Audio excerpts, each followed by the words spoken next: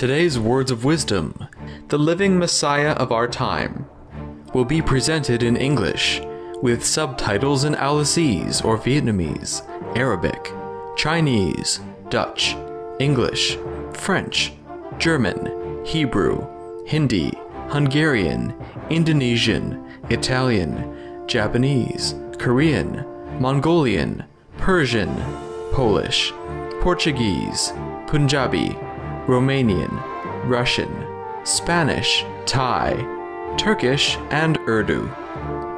More languages are available online. For your special language, please visit www.suprememastertv.com/subtitles. The United States of America, known as Land of the Free, Home of the Brave, has come to symbolize freedom throughout the world.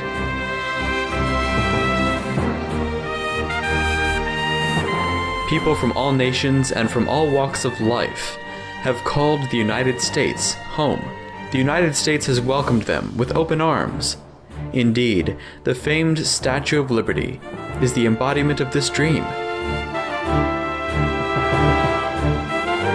In New York's public education system alone, its student body represents 145 countries. The United States has a deep affinity with Supreme Master Ching Hai. With her boundless love and compassion, Supreme Master Ching Hai has provided humanitarian assistance to many parts of the United States. In 1993, she sent relief teams to provide financial and material assistance to the victims of the 6 Midwestern states that were severely affected by heavy rain and flooding. On December 27, 1997, at the benefit concert, A Journey Through Ascetic Realms, Supreme Master Ching Hai generously contributed $100,000 each to the Vietnam Children's Fund and the U.S. Department of Veterans Affairs. The following year, at another benefit concert, One World of Peace Through Music, she once more contributed generously, with 2 charity organizations being the recipients of her love. St. Jude's Children's Research Hospital received $150,000, and the Starlight Children's Foundation received $100,000. Additionally, in the face of one of the worst human tragedies ever to occur on U.S. soil, on September 11, 2001, Supreme Master Ching Hai responded immediately, sending relief teams from around the country and all over the world to Ground Zero in New York City. Supreme Master Ching Hai's financial contributions amounted to over $300,000 to organizations aiding the victims.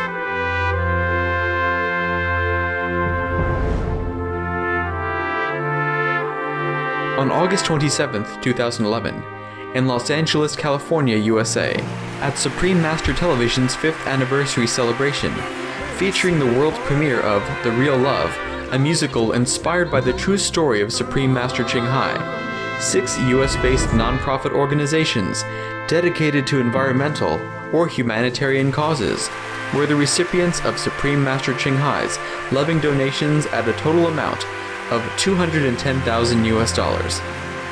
They were Child Help, It is the real love. Earth Save International, Environmental Media Association, Greenpeace, United Way of Greater Los Angeles, and United Way Worldwide.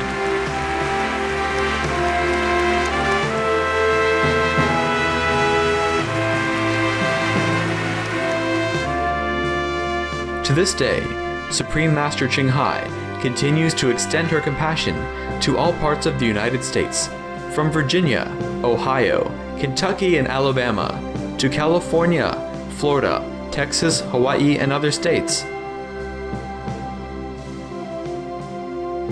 We now invite you to listen to the following lecture by Supreme Master Ching Hai entitled, The Living Messiah of Our Time, given on September 3rd, 1994, in Hawaii, USA.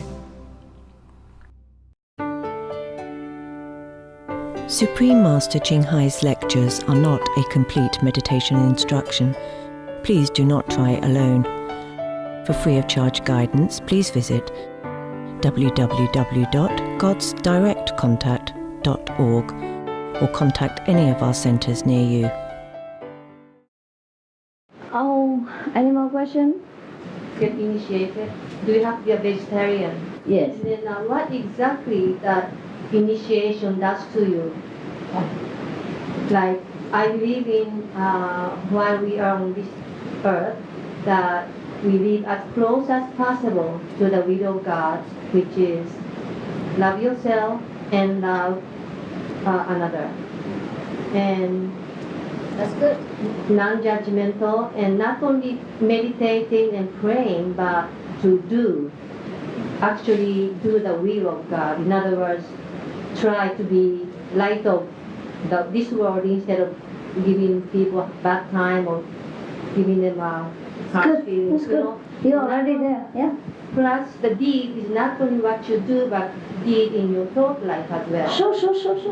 Now, We take care of all that. yes. Now, The initiation. the initiation will enhance that I can do more of those, because daily I self-examine myself. Sometimes I see myself, I wasn't really walking the walk of love. Sometimes I'm very temperamental. Sometimes I get angry at the people who, so slow, Yes, you know, yes. and I get so driving. Very honest. She should me on the street because she doesn't know how to drive. And I get mad. Then I go home.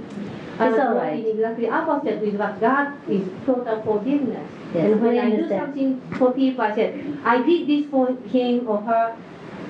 She didn't even say thank you, because I shouldn't feel that way when I do something. Understand, yes. Just, You're already very good. You're already very good. do because I want to do it. All right.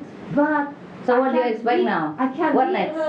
My question is, so what that initiation will do to me? No promise. Report, please, report. You see, the initiation, it's not about personality code.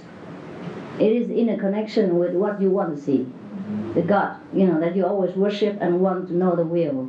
See, you have to get in touch with Him. The line of the telephone have to be connected, that's all. Now it's broken, okay? I have to connect it, and then you will see God for yourself. And you will hear Him speaking in musical way. And then that musical without language will change your life. And whatever way He wants to transform you, or she wants to transform you, that I cannot promise. But 99.999% is for the better. Okay? Unless you don't want to.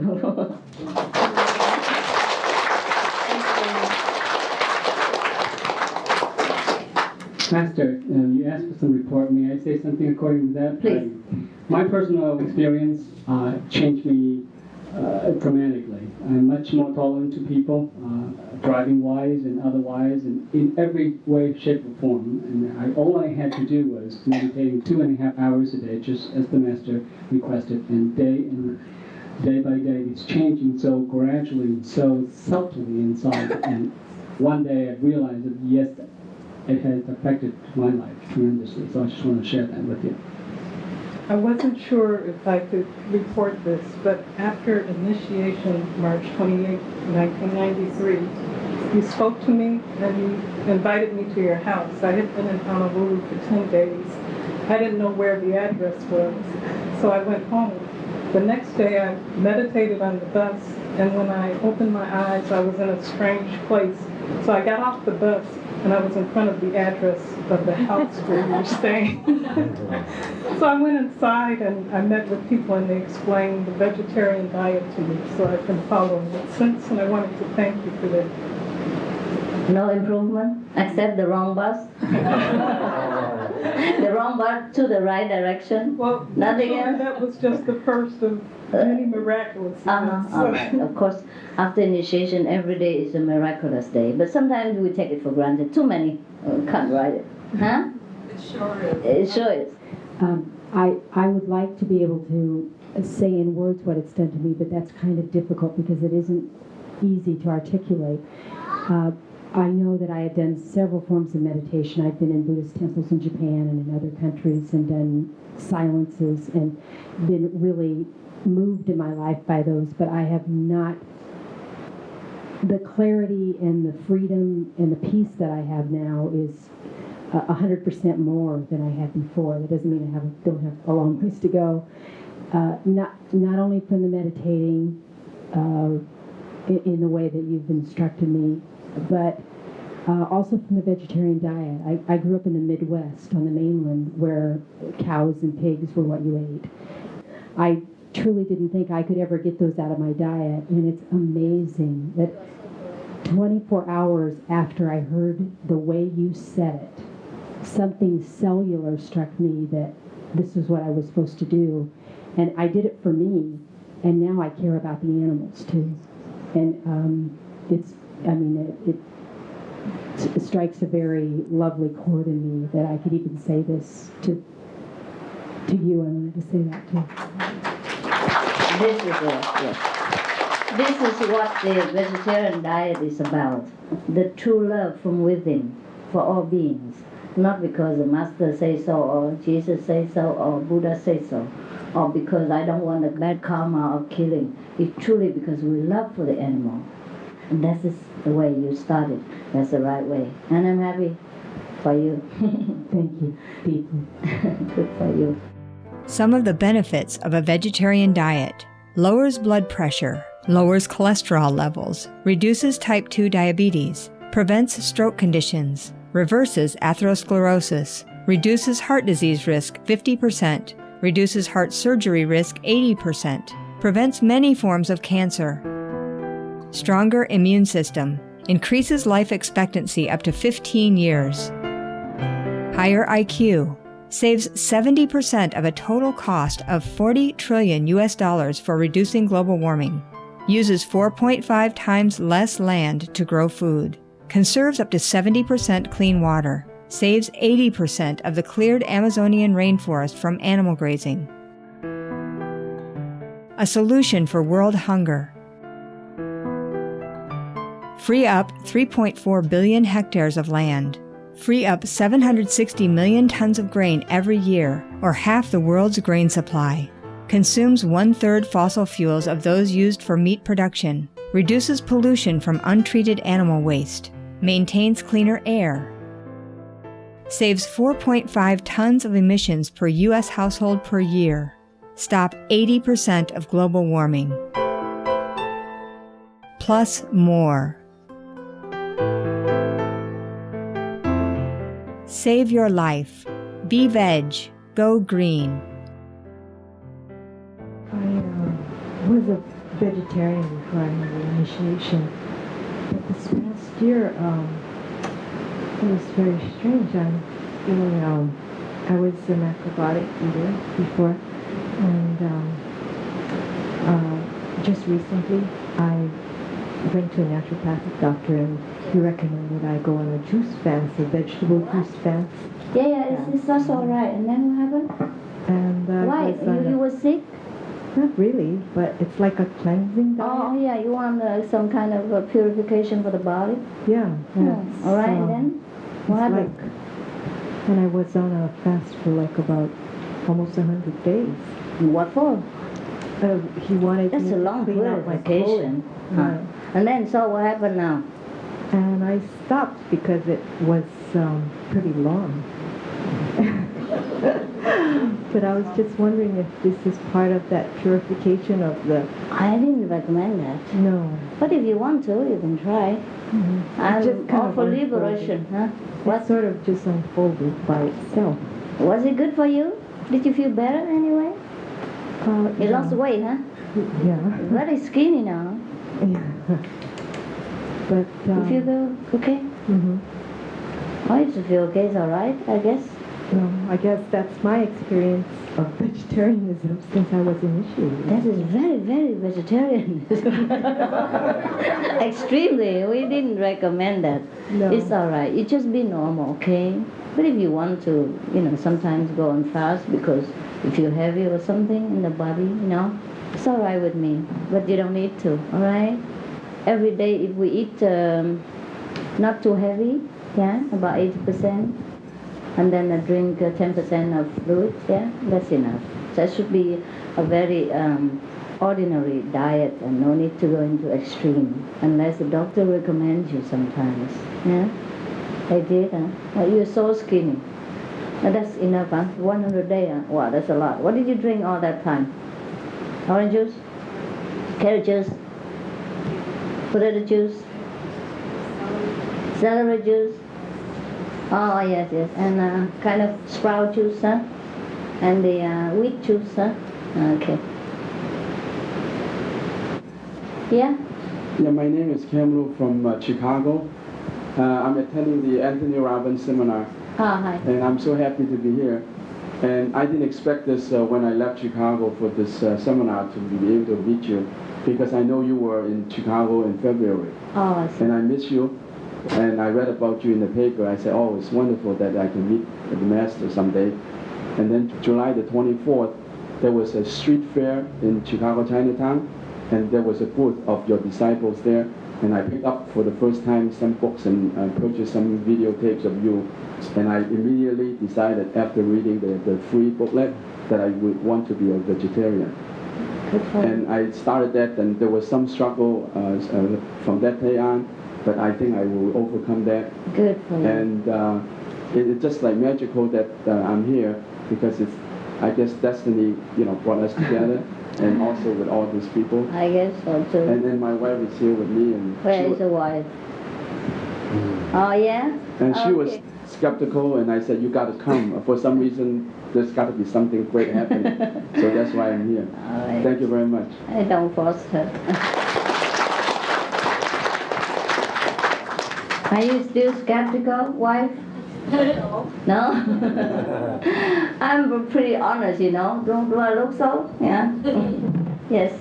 Master, I too am very honoured to be here. I too am from the Robbins seminar. From what I have discovered in the last 24 hours about you and your teaching, and from what I know, having spent 9 months listening to Tony Robbins' teaching, there is so much similarity between what he teaches on one level and what you teach on another level altogether, that I pray that somehow the two of you will come together. And I think that many of his students, and I only put it at that level because he's not a spiritual teacher, he's a psychologist, but so many of his students are meditators, and so many of them would be able to take their lives to a completely new level if they could hear you speak. So I think that all of the people from Robbins here, and many of the meditators who wished us luck in coming over to see you tonight, and who regretted that they weren't able to, I think they will pray that somehow you and he, or certainly you and his people, will get together at some stage when the time is right. Thank you. It's up to God. Sometimes I work very hard for something. I thought I would be able to help or do something. And then God said, flop, no, forget it. And then I just forget it, go to sleep. All right, there's no hard feeling, I want to tell you, okay? God always tricked me into going somewhere. I told you already in the beginning of the meeting. He tricks me all the time, or she tricks me all the time. I'm used to it. Yes, there's nothing. I'm always laughing at everything because I know I'm used to it, the old man, or old woman, old mother. Actually, it's very clear to me. All right. So if I come here and miss the opportunity to be with your people, be with your teacher, that is also all right. It's not the main point. No. Okay? I know very clearly. Thank you anyhow, and please convey my love and regards to your teacher. Master, I live on the Big Island of Hawaii, and I was also at the Robbins seminar helping my friend with her children. And I just wondered if you have any insights into it. It's so frustrating being on the Big Island and seeing them wanting to end all the growing of food and the agriculture and all that. They want to just build everything all over the whole island, and turn it into like another French Riviera and all this sort of thing. And I just get so frustrated because every time I go to the meetings and I say, you know, don't you see that this has happened everywhere else? It happened on Oahu, it happened on Maui, it happened all over California, where people don't have a balance with nature. And they just are destroying nature and the reef and the water and everything. And I get so frustrated because I am friends with the dolphins and I swim with the dolphins and on the Big Island. And it's almost like they communicate to you about what's happening to the ocean. And so that is a big concern to me, the ocean, and what building and all of this development does. And it really changes the island. And I just wondered if you have any insights. I am frustrated about what to do, what we can do to save the Big Island, at least hopefully keep it, the Aina safe and the animals and the ocean clean and pure. And is it possible on the planet anymore to stop this madness? And no matter what you do, the politics, they just pay off the politicians, and everyone just pay them off, and they vote against, even though you've pointed out all the things that are really bad about this. So many people move from other places because they want to be where the land is pure and beautiful, like Hawaii. Yeah, I share with you your anxiety. The other day, I had breakfast with one of the natives. He took me out to buy some books and magazines. I thought I'd just get out for a few minutes, yes, and get some books. And then we talk about, Hawaii, yes. And I say I share sympathy, with the people in Hawaii. There are always the good and bad point of everything. For example, we talk about nearly 100 years ago, the Hawaii still have a queen, the monarchy. Yes, of course there are never perfection in this world. And one good point is that our native initiates told me, good point is that it's developed. Yeah, the island has developed, and it's also more prosperous, and also good educational for the people. And another bad point is that some of the Hawaiians lost their land unjustly. Like they cannot prove that they have a paper, that they own the land, which they did not need before. Everybody in the neighborhood would know that land belonged to that man, and they live honestly together, and they just shake hands to do business. No transaction paper, no lawyer, nothing. And now probably some other foreigner comes, and the native people could never prove, some of them never proved that they own this land or that land. And then they've been pushed out, and then become like homeless and even treated not very nicely sometimes. And these are the bad things.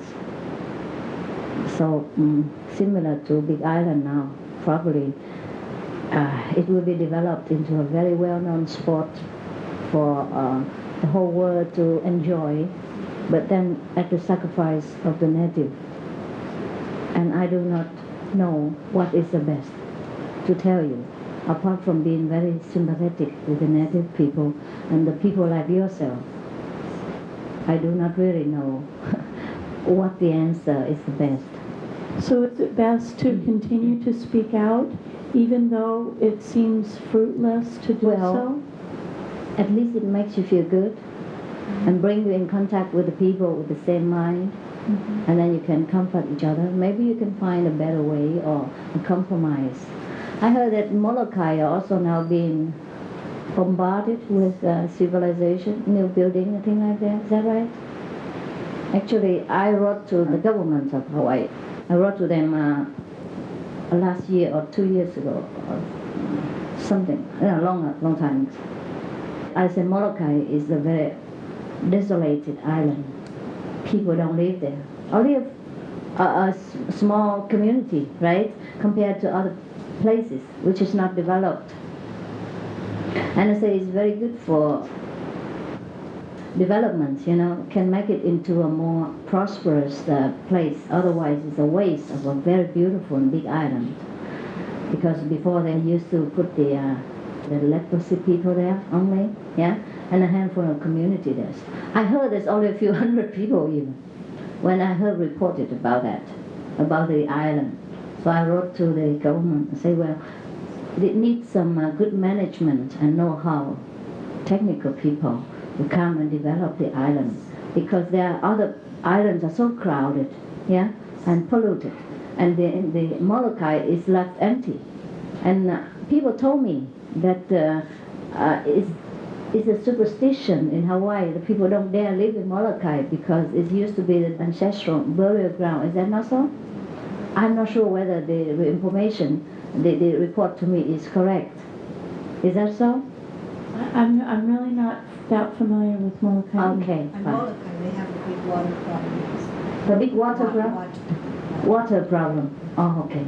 So if they drill the ground, they would have it. That is difficult. Don't have water in the Molokai? Oh, but that's, I don't think any problem. We can get it from other islands, if it's developed, But they don't answer me on this. And they say, well, if they let the Vietnamese refugees come in, on this, I'm reported that nobody wants to live there because of the ancestral burial ground and people are scared and things like that. Something happened there always. This is what I'm reported, okay? I'm not native also. Anyhow, so I thought, okay, if it's a waste place and nobody wants to go there, then why don't just give the Vietnamese refugees? I wrote to the government, and we finance the, whatever we can, and according to the numbers. If they say our money is not enough, then we finance a half or something, But now I heard that they developed Molokai. Yes, before nobody wanted to develop. Everybody says want to get out, and now everybody want to get in. According to the newspaper I read recently, is that not so?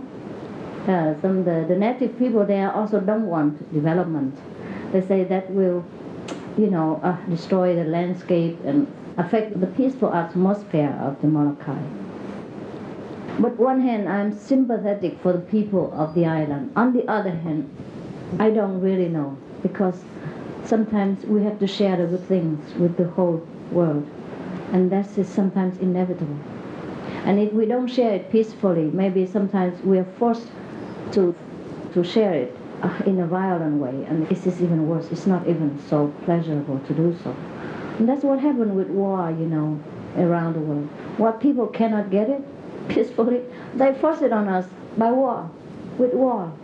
And that's how nations make war against nation, because they envy that piece of land that they don't have, and we don't share with it. Maybe it's God's will that we have to share everything, even though we don't like it.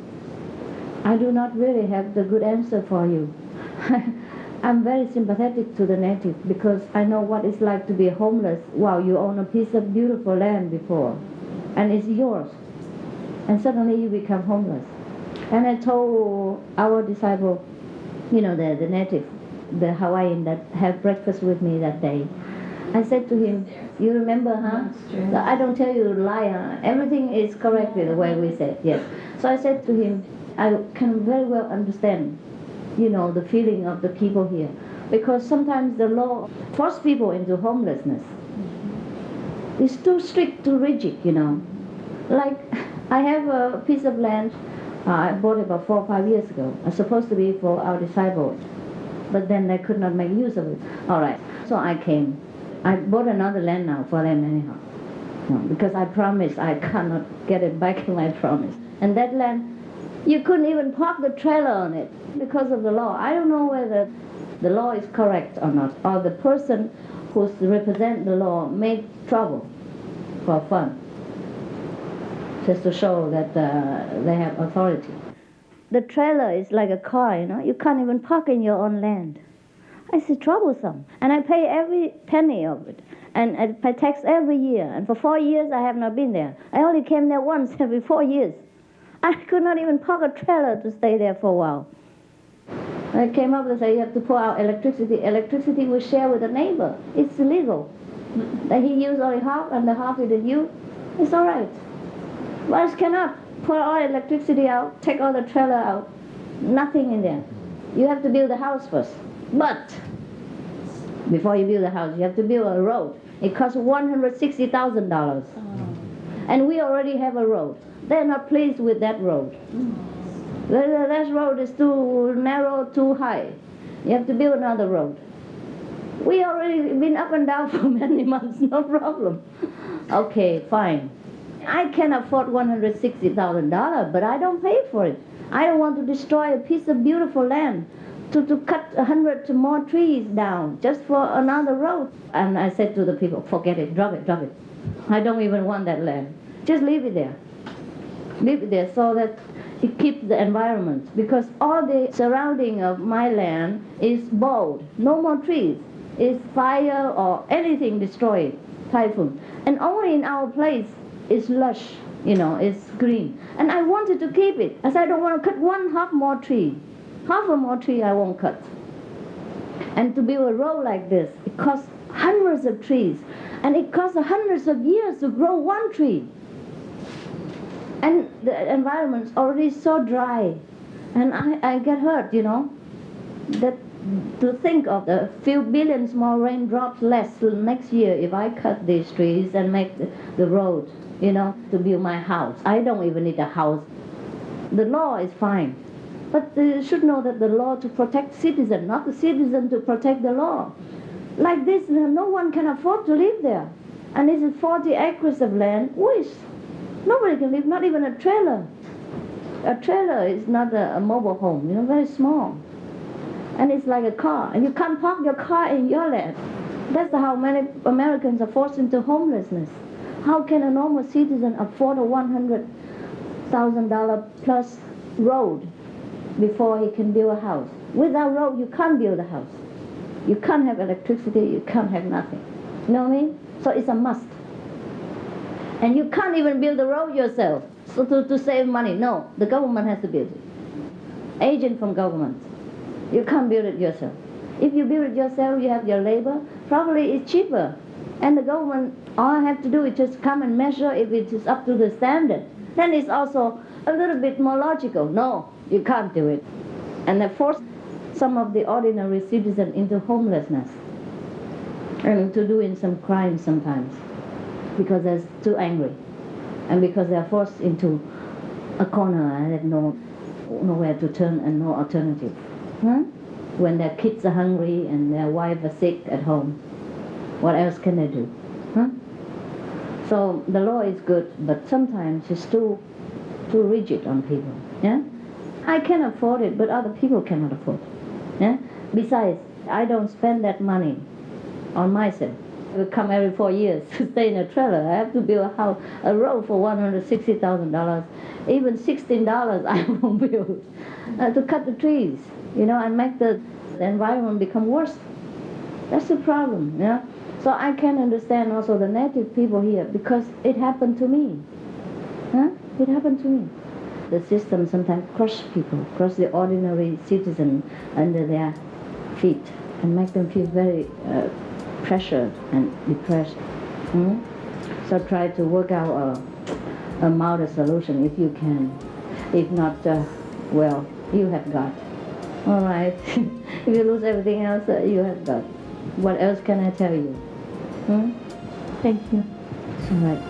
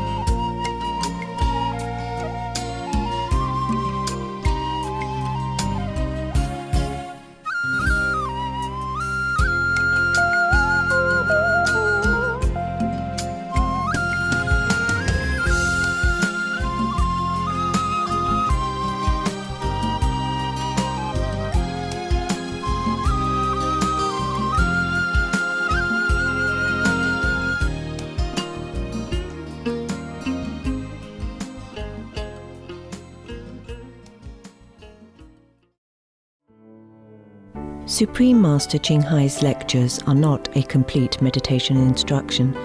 Please do not try alone. For free of charge guidance, please visit www.godsdirectcontact.org or contact any of our centers near you. We thank you for your presence for today's episode of Words of Wisdom. Please stay tuned to Supreme Master Television for more uplifting and constructive programs 24 hours a day, every day of the week. We wish you faith and inner contentment. For more details, please see www.suprememastertv.com/WOW.